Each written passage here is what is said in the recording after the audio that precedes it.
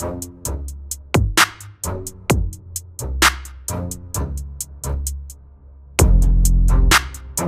back to the Becoming Number One podcast, where our goal and mission is to help you become the best version of yourself while we are on our own pursuit, become the best versions of ourselves.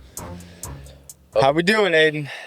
Well, it's a good question, David. How am I feeling? Oh, I think you can answer that question. Winners win, baby. That's all I gotta say. I think David wanted an upper hand on this episode today. Because he, rightfully so, did win a competition. I did.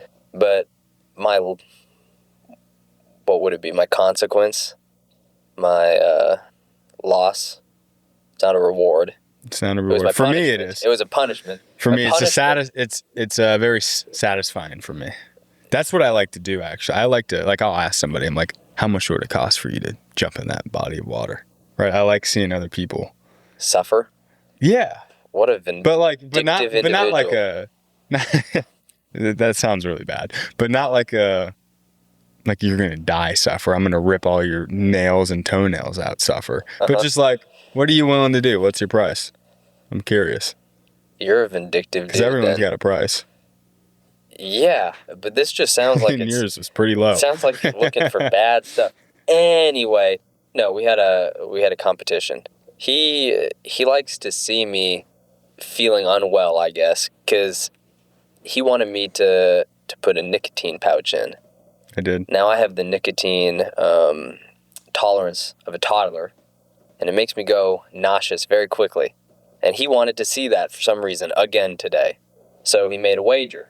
I did. And his punishment, if he had lost, would have been to swim 1,000 yards this evening, which is something that he should be doing anyway. I'll do it. So his punishment would have been beneficial to him. My punishment just knocked me off my feet a little bit. Just fun and games. Well, it sounds like you're rebounding right now, so. A little bit. But push came to shove. I lost.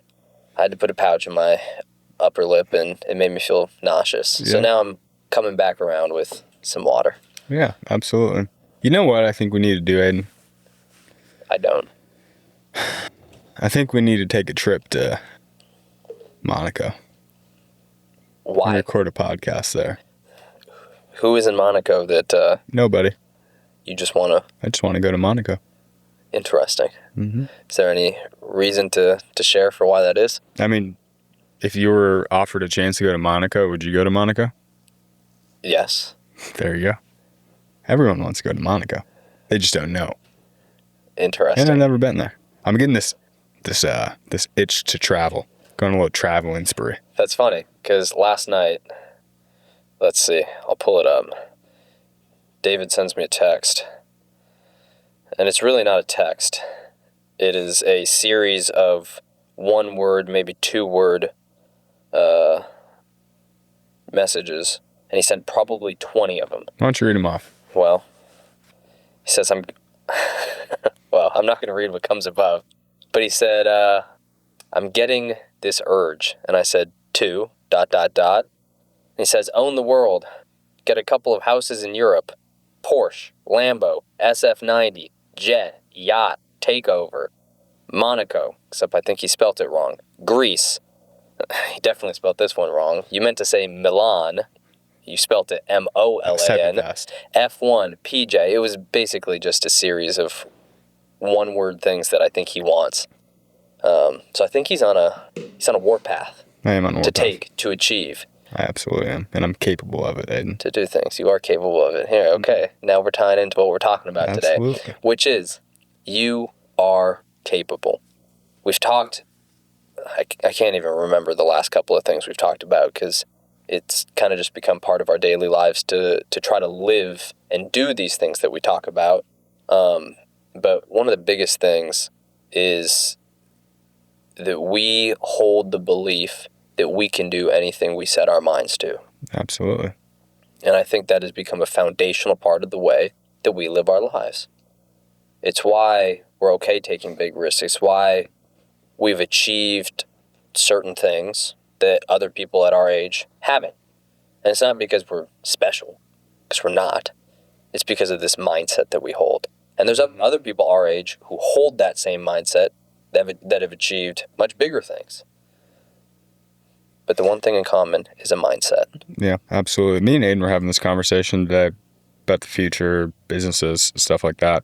And he said that he was happy with this one number.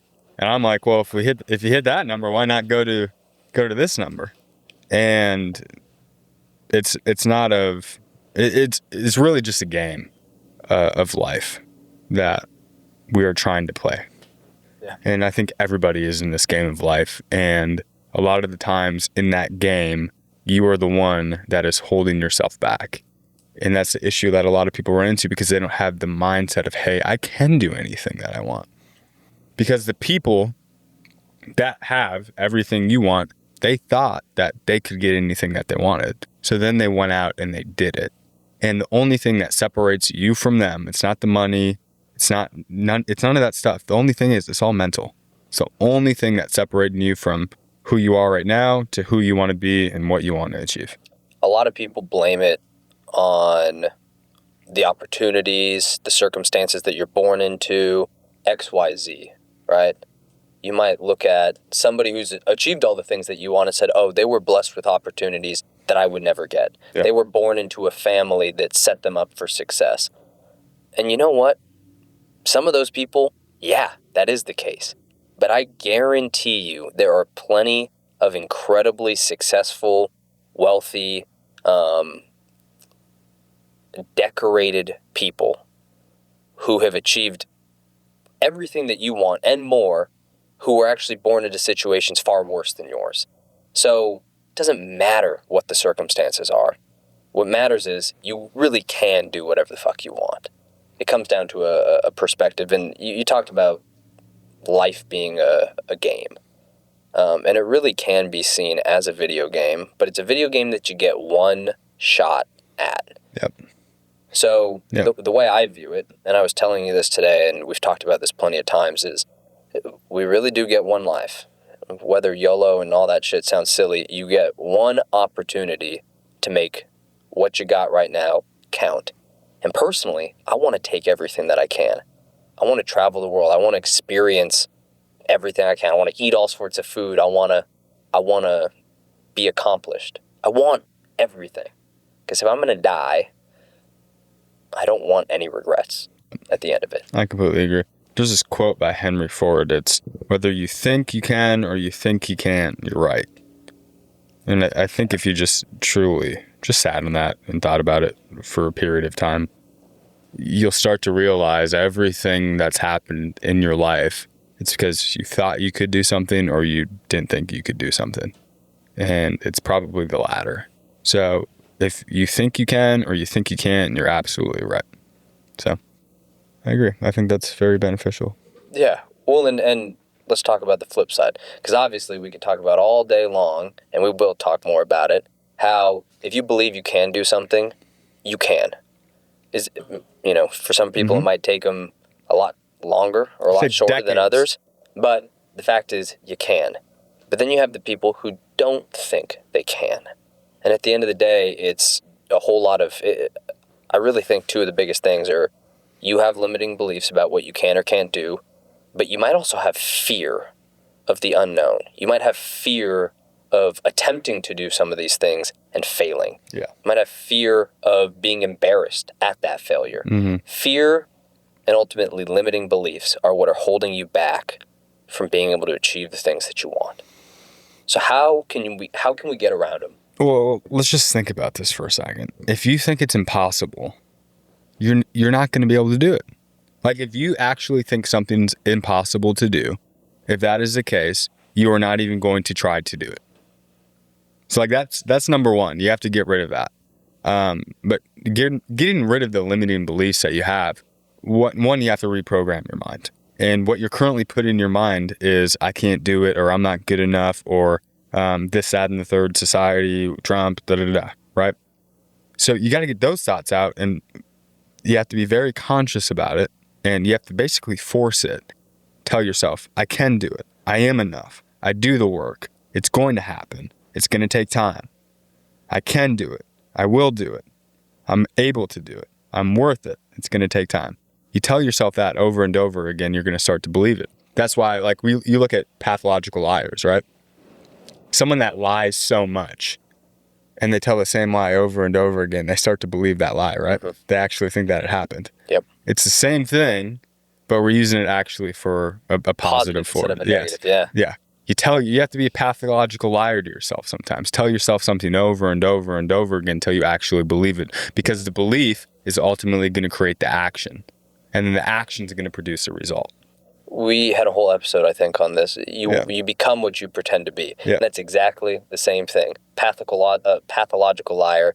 They lie. I'm this, I'm that. And eventually, they've said it so many times that they actually believe it and start to become that. Yep. We tell the guys on our team, if you pretend to be a smooth, professional salesman, like you know shit about real estate, like you know how to do X, Y, Z, eventually you're not pretending anymore. Yep. Eventually that is you.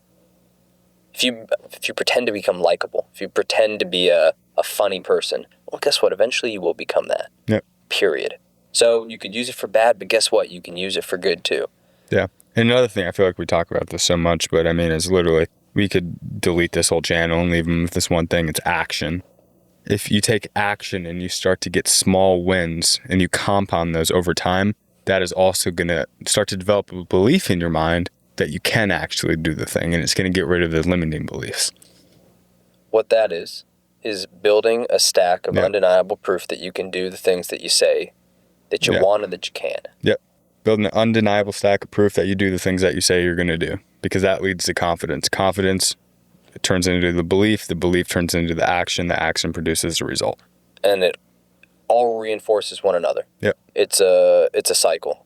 If you're able to start with one, do the next, you're all the way back to the beginning, and you just keep doing it over and over and over again. And that's why stacking small wins can be so beneficial. Mm-hmm. You stack enough small wins, okay, all of a sudden you're a winner for the day. You do that for a whole week, you're a winner for the week. You do that for a whole month, do it for a whole year, and all of a sudden you become a winner. Yep. That's huge. 100%. And yeah, absolutely. And I think what's also very important too is doing one thing that you might think is impossible, or it's going to be very, very challenging for you, like a Mount Everest type challenge. For me, last year, that was a marathon. I have never been a runner. I hate it with a passion. You guys know this. If you listen to the podcast consistently, you know I fucking hate running.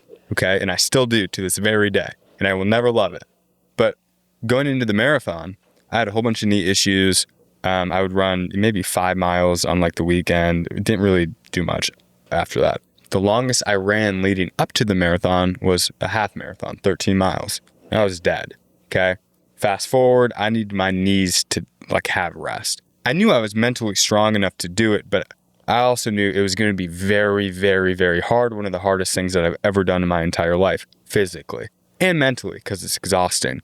So we get to the marathon, and I just tell myself, like, hey, man, like, you can do this. You're not going to quit. They're going to have to kill you before you get across the finish line. And what do you know?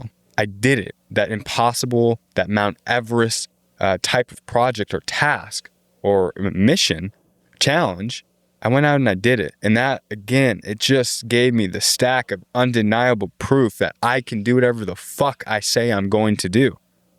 I can do it because I proved to myself every single day. And then I have this hard challenge that I go out and I conquer and I do it and I accomplish it. That just gives me the belief of, hey, man, whatever it is I want, I can get, I can take. So do a hard thing, do a hard challenge, something that you don't think you can do.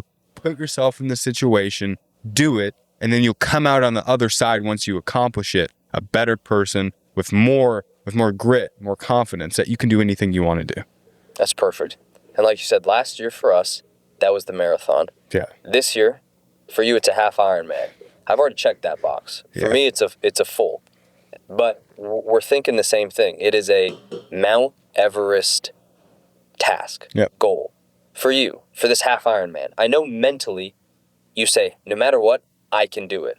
But physically is the question. Physically, it's going to be a feat that you haven't ever put yourself through before. Mm-hmm. Your mind's there, but you need to take your body there. Yeah.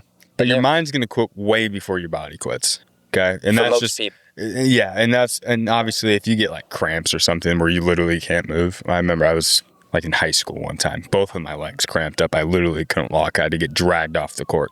It's crazy. Something like that happens, different story. But 99% of the time, our mind quits way before our body quits. And that's just not in physical exercise. That's also in work. That's also in study.